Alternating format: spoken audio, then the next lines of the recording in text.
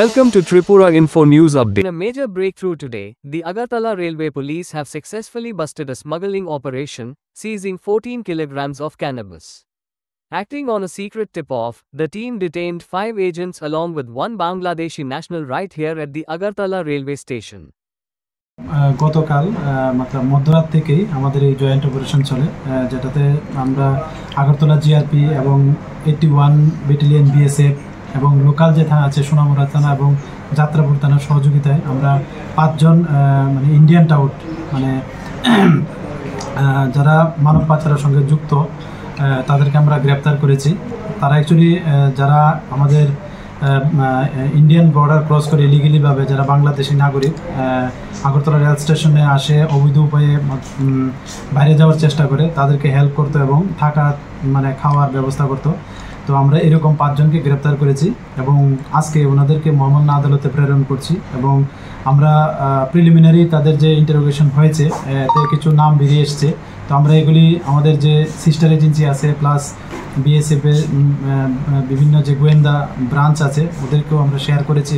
এখন পর্যন্ত যা পেয়েছি তো আমরা এগুলি খতিয়ে দেখছি এবং এগুলির সত্যতা যাচাই করে আমরা তাদেরকে আইডেন্টিফাই করে আমরা অবশ্যই তাদেরকেও আইনের আওতায় আনব।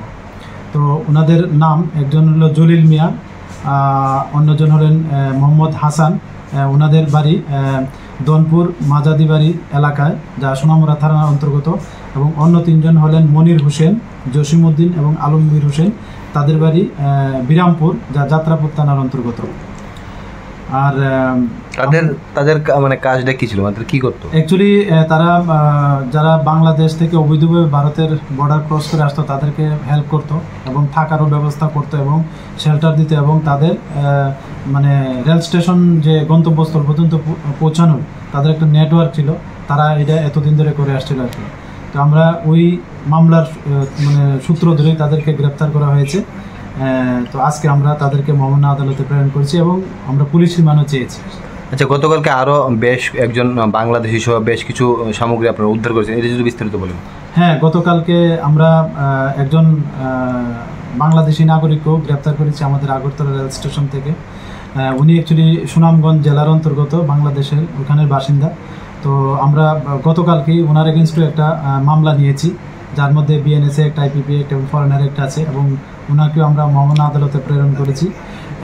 এবং এটা আমাদের মানে বিএসএফ এবং আরপিএফ জিআরপি আমরা এটা মিলেই মানে জয়েন্টলি অপারেশন করি। সেই সঙ্গে গতকালকে আরেকটা অপারেশন হয়েছে আমাদের আগরতলা রেল স্টেশনে, যেখানে আমরা 14 কেজি গাঁজা বাজেয়াপ্ত করেছি আমাদের আগরতলা রেল স্টেশন থেকে। যদিও এটার মালিকানা আমরা এখনও পাইনি, তো আমরা এটার ইনকোয়ারি চলছে। তো আমরা দেখি যদি এটাতে কেউ বা কারা যুক্ত থাকে আমরা অবশ্যই তাদের আইনের আওতায় আনব। Subscribe to Tripura Info and press the bell icon so that you never miss any latest updates and news on Tripura.